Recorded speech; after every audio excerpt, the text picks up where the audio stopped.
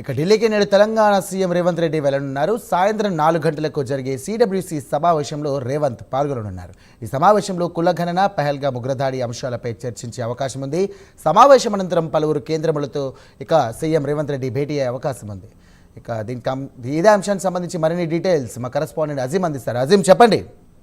మరికాసేపట్లో Telangana CM Revanth Reddy ఢిల్లీకి వెళ్లనున్నారు. అయితే ఢిల్లీలో ఈ రోజు కీలకమైనటువంటి సిడబ్ల్యూసీ కాంగ్రెస్ వర్కింగ్ కమిటీ సమావేశం జరగనుంది. ఈ సమావేశంలో ముఖ్యంగా చూసినట్లయితే పహల్గామ్ లో జరిగినటువంటి ఉగ్రదాడికి సంబంధించినటువంటి కేంద్ర వైఫల్యాలపై కావచ్చు, అలాగే అక్కడ ఉన్నటువంటి తాజా పరిస్థితులపై కూడా ఏదైతే కాంగ్రెస్ పార్టీ చర్చిస్తున్నది. దీంతో పాటు ఏదైతే ఇటీవలే కేంద్ర ప్రభుత్వం తీసుకున్న నిర్ణయం ఏదైతే ఉందో జనగణనలో కులగణన చేస్తామని చెప్పి దీనికి సంబంధించిన అంశంపై కూడా ఈ సిడబ్ల్యూసీ సమావేశంలో చర్చించే అవకాశం కనిపిస్తుంది. కేంద్ర ఏదైతే రాష్ట్రాల్లో కాంగ్రెస్ రాష్ట్రాల్లో ఉన్నటువంటి సీఎంలతో పాటు సిఎల్పీ నాయకులు అందరూ కూడా ఈ సమావేశంలో పాల్గొంటారు. కాంగ్రెస్ పార్టీకి సంబంధించిన సీనియర్ నాయకులు అందరూ కూడా సోనియా గాంధీ, రాహుల్ గాంధీ, ఖార్గే, ప్రియాంక గాంధీ, కేసీ వేణుగోపాల్ లాంటి కీలకమైన నేతలందరూ కూడా ఈ సమావేశంలో పాల్గొంటారు. జనగణనలో కులగణన కాంగ్రెస్ పార్టీ మొదటి నుంచి కూడా చెప్పుకుంటూ వస్తుంది. ఏదైతే రాహుల్ గాంధీ చేపట్టినటువంటి భారత్ జోడో పాదయాత్ర ఏదైతే కన్యాకుమారి నుంచి కాశ్మీర్ వరకు ఈ మొత్తం పాదయాత్రలో కూడా అక్కడ ప్రజా సమస్యలు విన్నారు, తెలుసుకున్నారు. సో ఈ నేపథ్యంలో రాహుల్ గాంధీ గత 2 ఏళ్ల నుంచి కూడా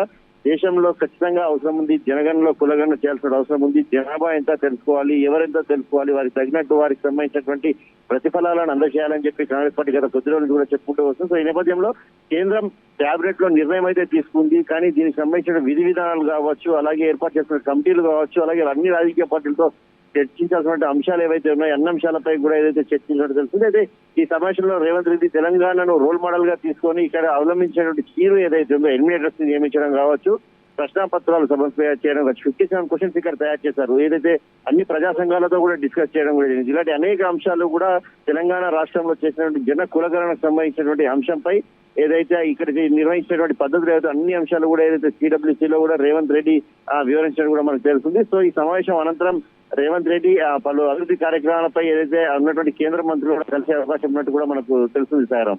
థ్యాంక్ యూ అజీం.